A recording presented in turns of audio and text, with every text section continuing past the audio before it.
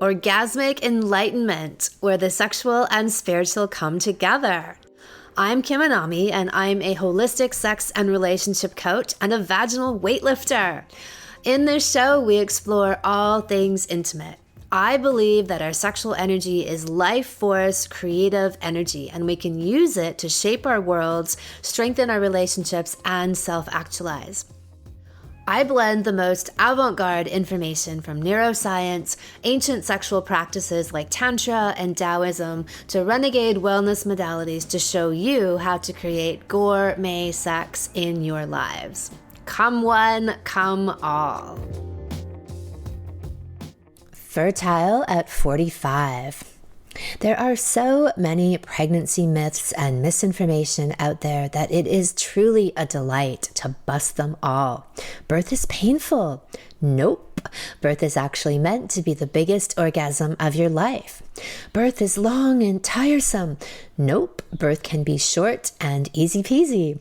Pregnancy is a chore and a burden. No. Pregnancy is one of the most epic experiences you'll ever have and truly makes you appreciate the magic and power of the female body. The safest place to have a baby is in a hospital. No. Actually, it's the most dangerous. The safest place to have a baby is at home. You need an OBYGN to deliver your baby for you. LOL, no. Your body and eons of encoded wisdom know exactly what to do if you can remove all of the bullshit programming and indoctrination that tells you otherwise.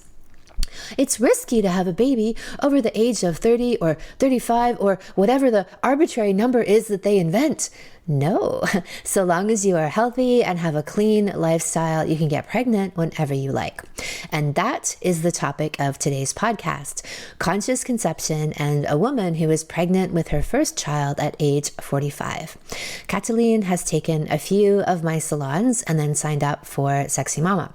Within months of trying, she and her partner conceived. In her words, "We never went to see a doctor. We just trusted that it will happen naturally." She was afraid of natural birth prior to taking Sexy Mama. She'd bought into the fear-mongering for most of her life, the sole purpose of which is to shepherd women into hospitals by convincing them the lie that childbirth is far too dangerous to go through on their own, and she transcended it to the point where now, after completing the salon, she is, quote, totally comfortable and will not even consider a hospital birth. We'll hear from Cataline in a moment. Here are my top 3 suggestions for natural conception. Number 1, diet and detoxification. An unhealthy body will not make babies, and when it refuses to, it's actually doing you a favor. By forcing a body to get pregnant with the shit show that is IVF, you increase the chances of birth abnormalities. I mean, of course, I don't get how this doesn't make sense to people, but I guess if you buy into the allopathic narrative of everything is random, then you would think that all you need to do is force your body to do something that it is very wisely telling you not to do right now. Aggressively commit to cleaning up your diet and lifestyle and detoxify your system, and then you will be creating a nourishing environment in which to conceive and grow a baby. Number 2, your relationship. So Cataline had taken vaginal kung fu. She went through it no less than 3 times. She met her partner, and then he took sexual mastery for men. So these are clearly both people committed to their growth and evolution as individuals and as a couple. Your relationship is the foundation for your child. Indeed, your child is the symbol, the essence of the union between you. The deeper work to do is to feng shui your relationship and confront all of the unspoken, unresolved issues between you that take up space. You need that space for your baby and for your epic sex life that is going to be the foundation of your parenting.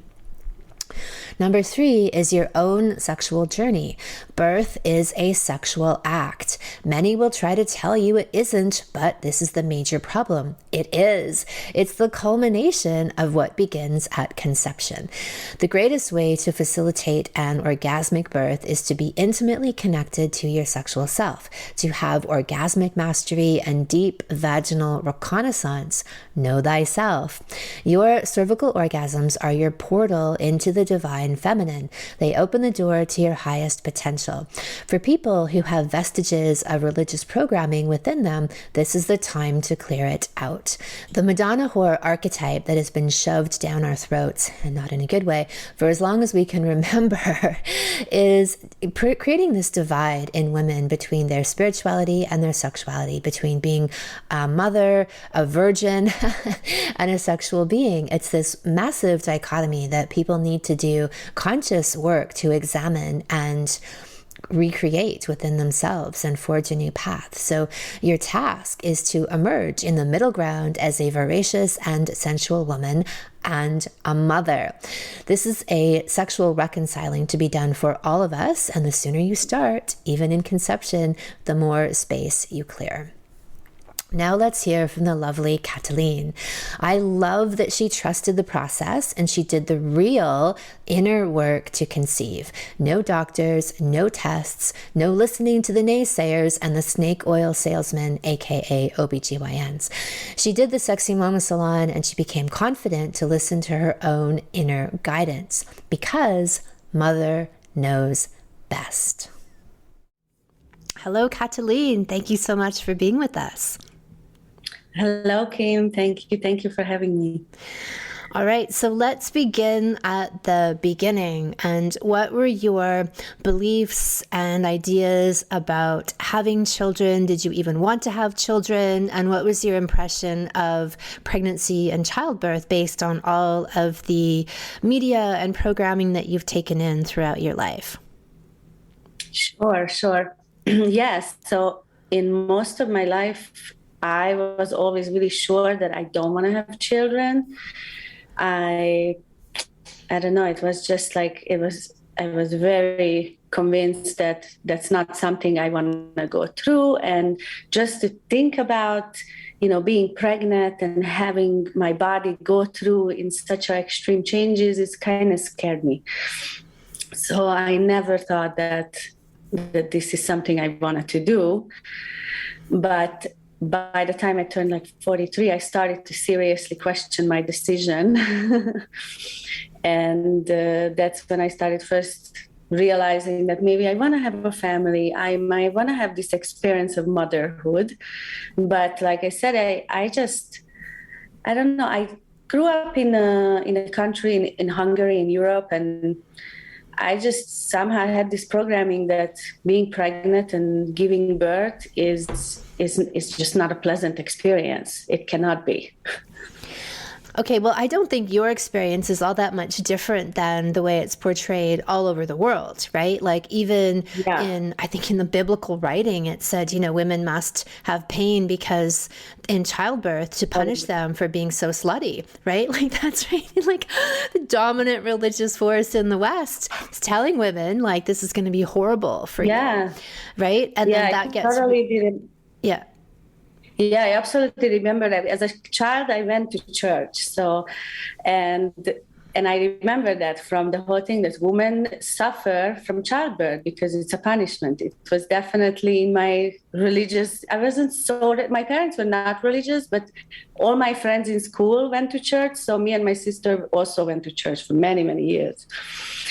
And that was definitely one of those programming that women need to suffer for the punishment with childbirth. So yeah, and then that gets reinforced through all of the media and television and movies when we watch women giving birth, and it's always this heinous, torturous experience where they're in the most excruciating pain of their lives and screaming at the top of their lungs and always in a hospital, and and then a doctor comes in to cut them open or cut their baby out or save them in some way, right? Like they couldn't do this alone.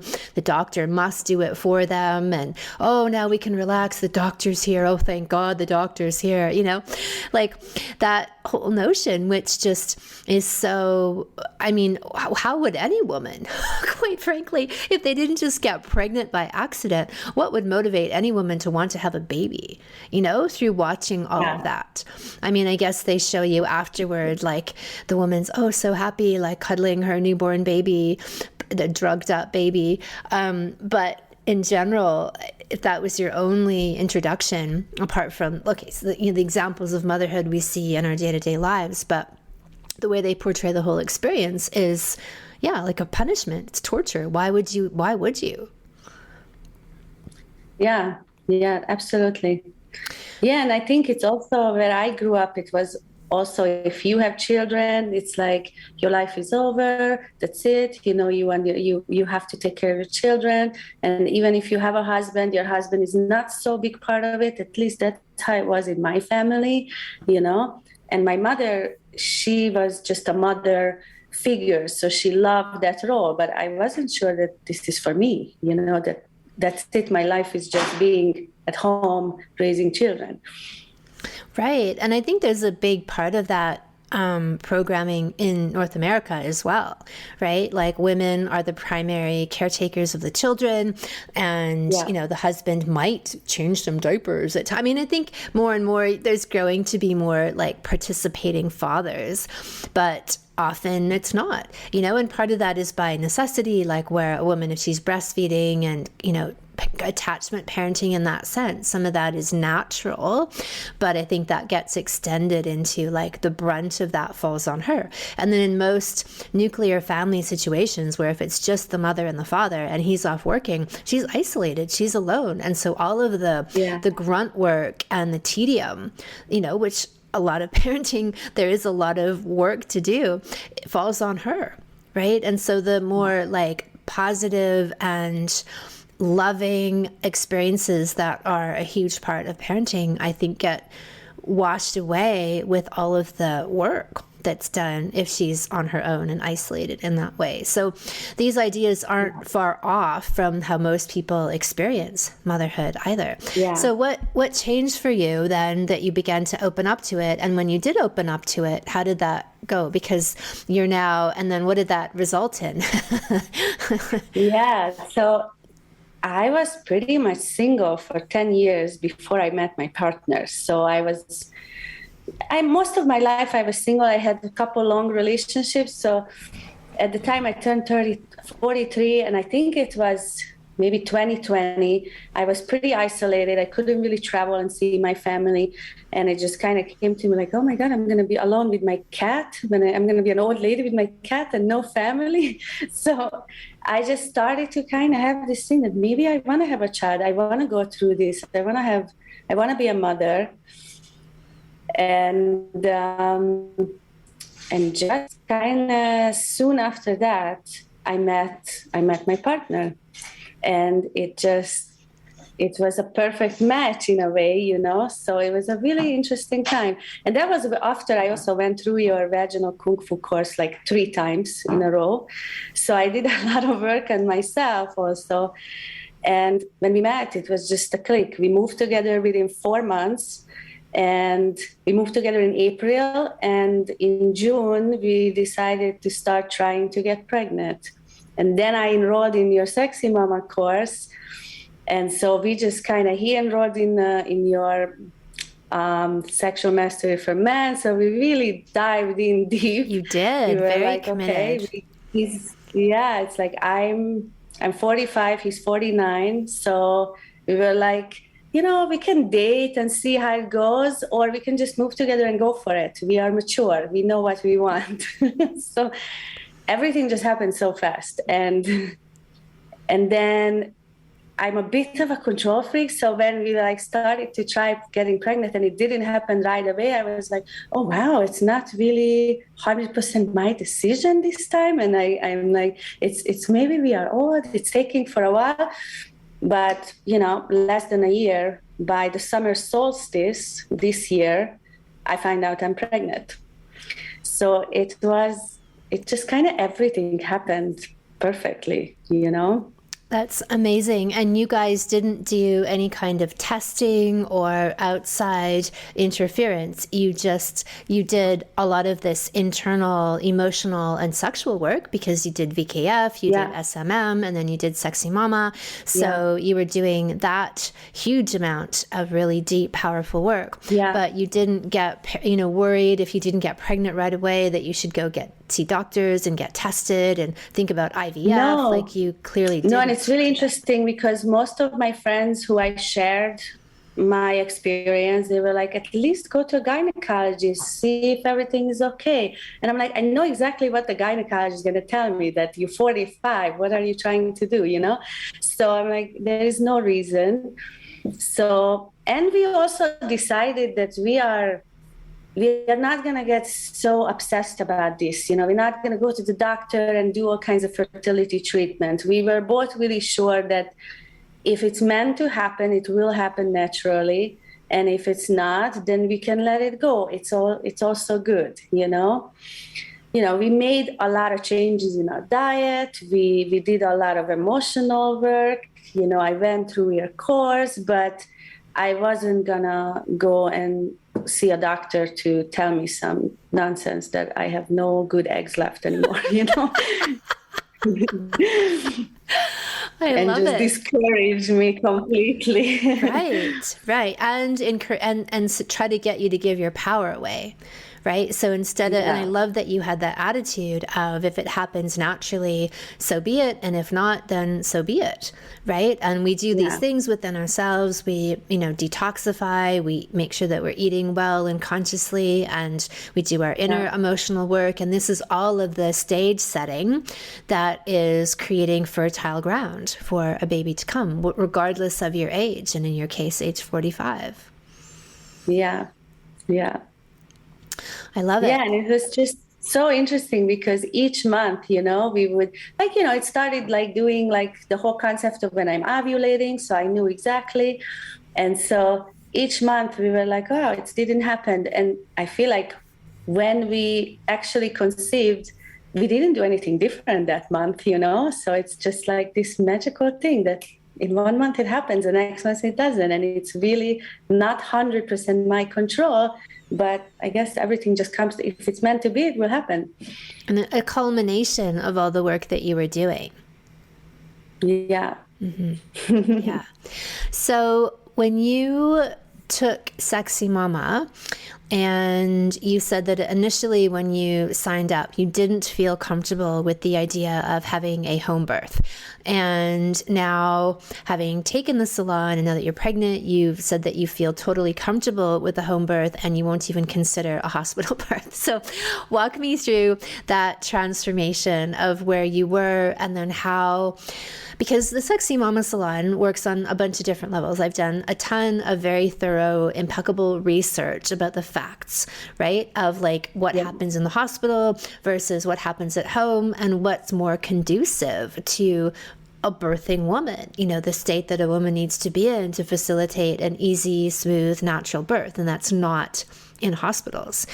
And being in hospitals actually sets the stage for a woman to require interferences because her birth is much more likely to stall in such a, violent, sort of unsafe environment. So walk me through that process for you, how that felt going through that material and feeling yourself open to this possibility to the point where you've become super confident and have ultra faith now in your body versus having faith in the system. Sure. Yeah.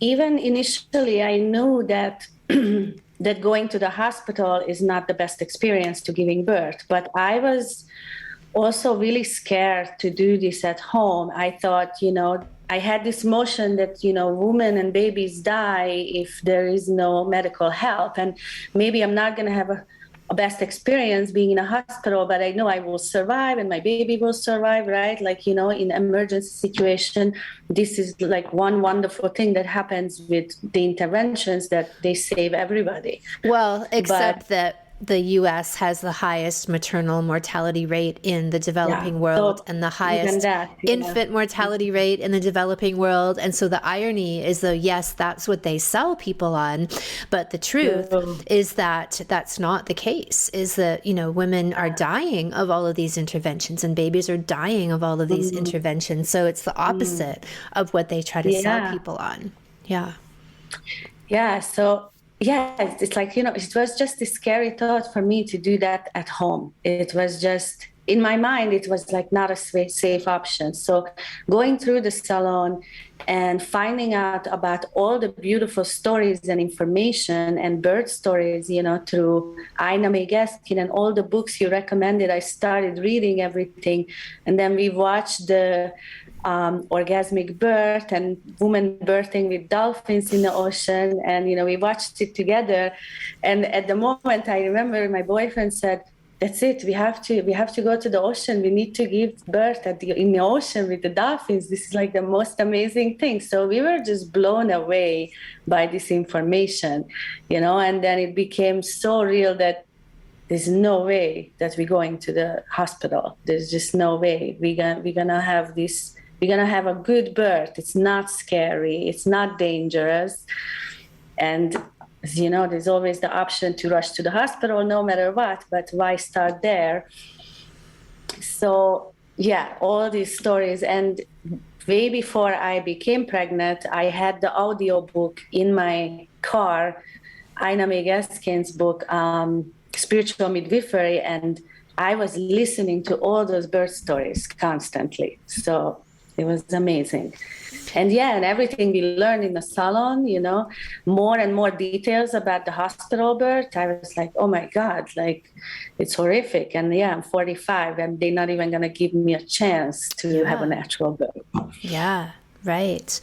So I love that your partner was fully on board in this process with you. And that's obvious, by the way, like he signed up for the work with you, like taking the men's program and then going through the sexy mama journey with you. And then, so is he, are you going to have an ocean birth? Is that the plan? No, we're not going to have ocean birth. We're going to have a winter baby and in February. So we're not going to have an ocean birth, maybe a water birth, I'm still not sure about that either details, but now I have a midwife and we're planning it to be home. And and it's really obvious for us right now that this is what we're doing. I also know, like my mother is coming from Hungary and she wants to be part of the birth. And I just made a decision and had a big talk with her that I don't want her to come for my birth. It's a big thing, but she's just curious, She's also had all of us at the hospital. So I don't think it's going to be supportive for me, no matter what's her intention. So I think I just want my partner, I want my midwife, and then maybe one more person who is really helpful and supposed to be there, Mm-hmm. Well, that's a brave thing to do because people get pressured, especially with close family and mothers and siblings, to be present. And if you are not feeling 100% like having that person in your space is going to relax and open and support you, if there's any, residual uncleared stuff, which with family there, typically is, that it could be an interference. And so that's very brave of you to say that and, not feel like you have to please this person. It's your birth and your experience, and you have the right to create it exactly the way you want it to be. Totally. But it's hard. It was hard. It was really challenging for me to do that and say no to my mother, who I really cherish and always want her to be happy. But I just said, this is about me. It's now my time for me, and that's it. Yeah, and she can come later. She can come and see the baby and support you and help you later on. So she's coming after, so it's gonna be great. Is there anything else you want to share about your journey from where you were to where you are now, and anything that you might want to give as advice to women, let's say in their 40s, who are looking at having babies and haven't done it yet? Yeah, I think the one thing, because once I got pregnant, I did go to an OBGYN and I got a family doctor, because I think I haven't been in the doctor for 20 years. I haven't had a blood test.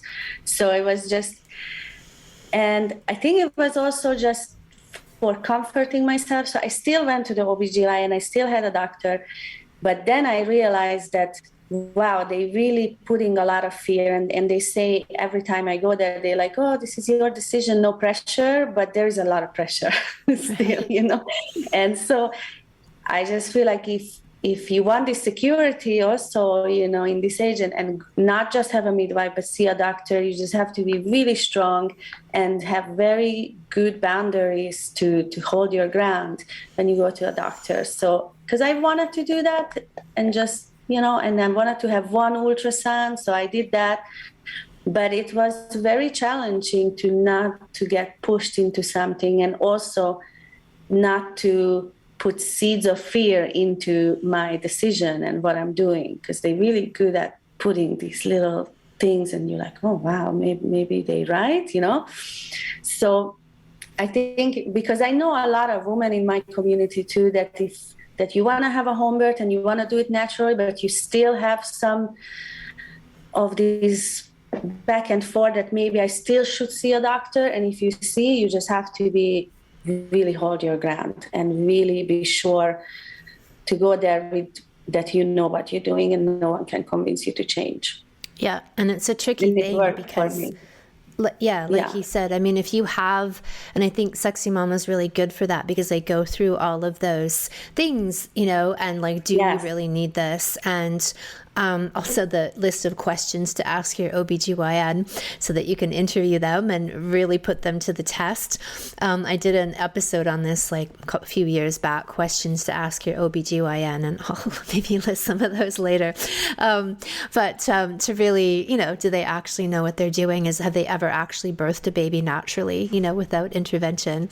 But yeah, it is something, it's a very, like, I think, thin line to traverse, because as soon as you enter into their space, you're exposed to their world and their worry and their by routine interventions, right? Like their interventions, that's the problem. Their interventions aren't just, they're just because there's like an emergency. It's just how it is. Right? Yeah. And so the whole process is one massive intervention.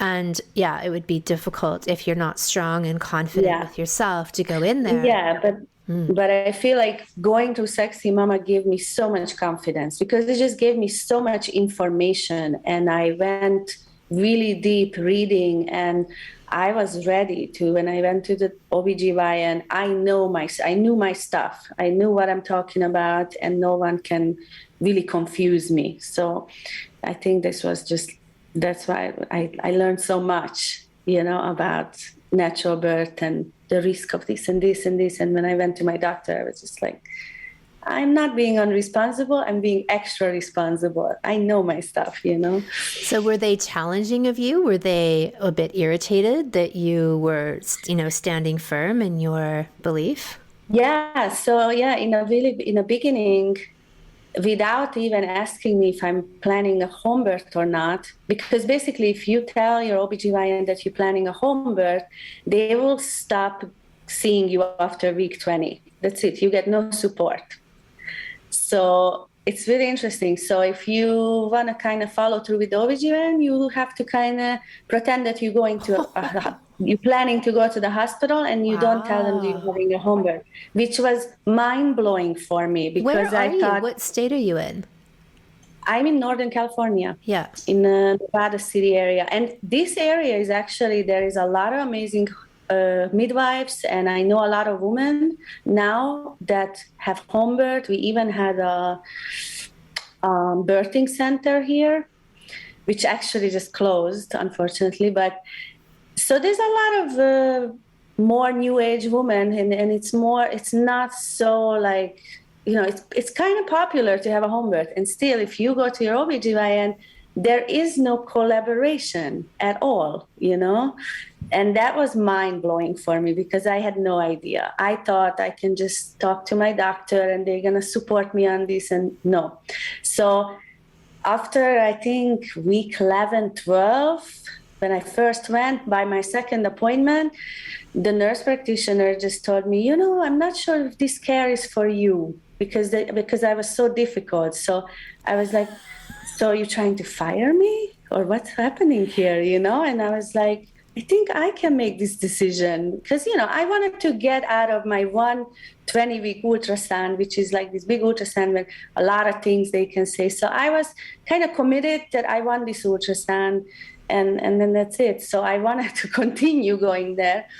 But yeah, it was just like, wow, I'm like, she's in a nice way telling me that maybe you should see someone else. This is not a good fit. And I'm like, wow, this is crazy. And then, now they relaxed. I bring my fetoscope, my manual fetoscope I bought, and I let the doctor listen to the baby's heart with that. So I don't use the Doppler. And they're okay with me now. They just kind of like relaxed. Right. With all the testings too, At some point because with my age, there was just a lot of different testing. And I told them, look, if someone, that's how they feel relaxed with the pregnancy, that all the test is negative, that's great. But this is just putting fear in my body. I don't want these tests. And I'm like, I'm having this baby no matter what. If there is an issue, I will deal with it in the end. And that was kind of the point when they were like, okay, so it's all good. I'm like, yeah, so this test not going to change my decision. I'm having this baby. And if it has a Down syndrome, I will deal with it.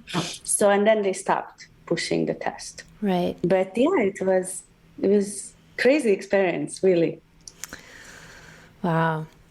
Yeah, it's a tough one. And it is shocking that like, it's sort of all or nothing. Like you have to step into their system. I mean, it seems like you've created something of a middle ground with what you're doing with them, but for the most part, they want you to fully step into everything, right? You just need to comply and obey with everything that they ask of you or tell you to do. Yeah. And if you don't, okay, maybe this isn't for you, Yeah, then you're on your own. That's it. Yeah.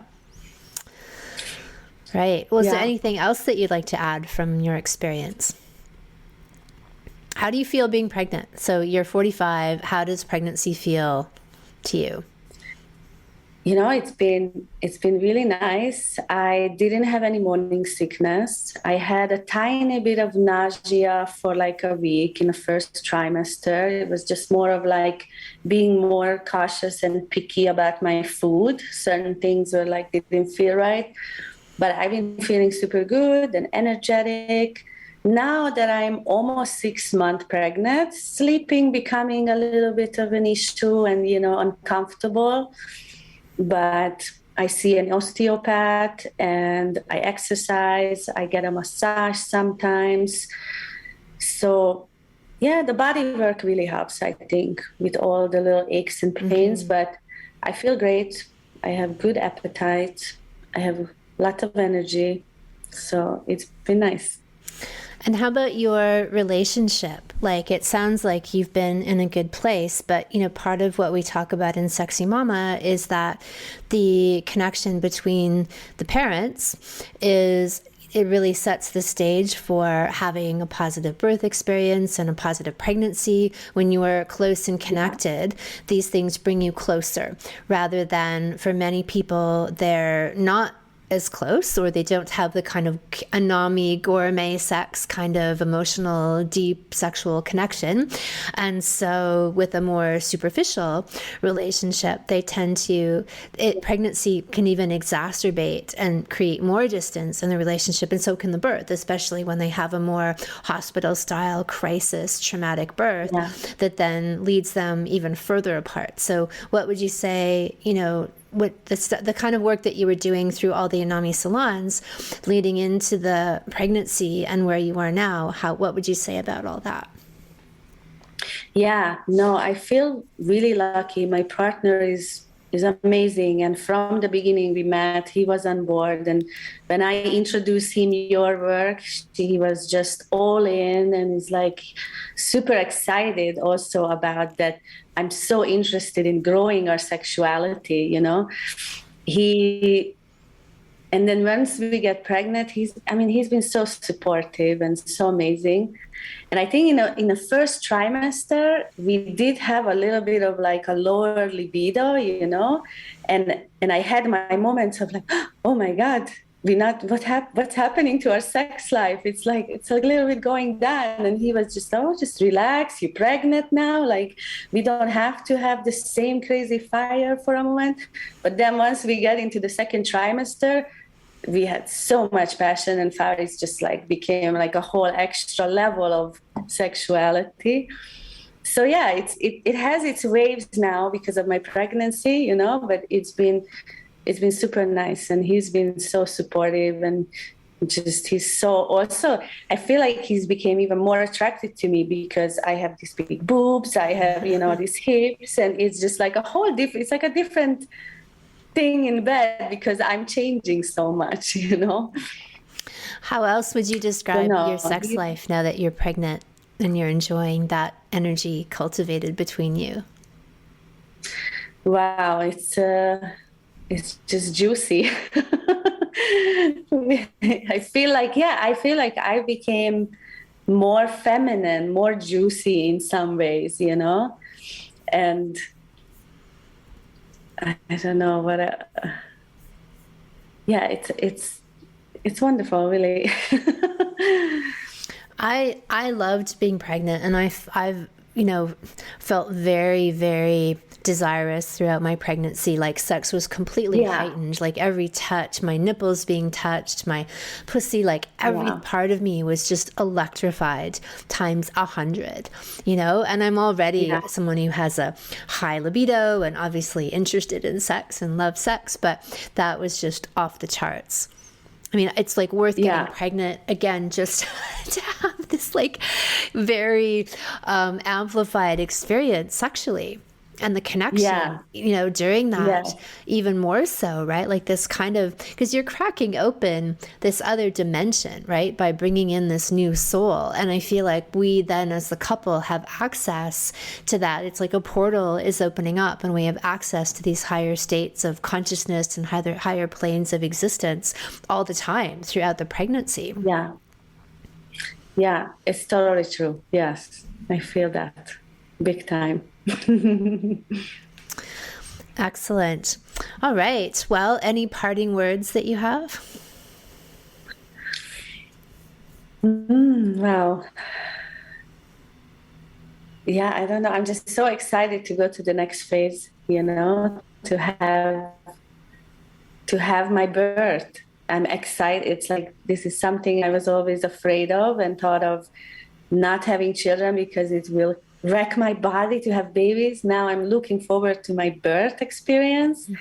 And yeah, it's just a really, really exciting time. And he's really looking forward to it. And we're just super happy that we're having a baby at this age, at this time, you know. Beautiful. Yeah. I love it. All right. Well, we'll get to interview you later and hear your birth story. That would be nice to see you here again. All right. Thank you so much for sharing with us. Wow. Thank you so much, Kim. Thank you so much for everything. Like, you've been in my life for so long. I think 2006 was the first time I did your vaginal kung fu, and it's been a really amazing journey. So thank you so much. In the Sexy Mama Salon, I walk you through the entire conception, pregnancy, birth, and postpartum journey. We address everything from diet to detoxing to cultivate the most fertile ground to conceive within. We go deep into the energetics of fertility, ensuring that you've created space in your life to welcome in this new soul.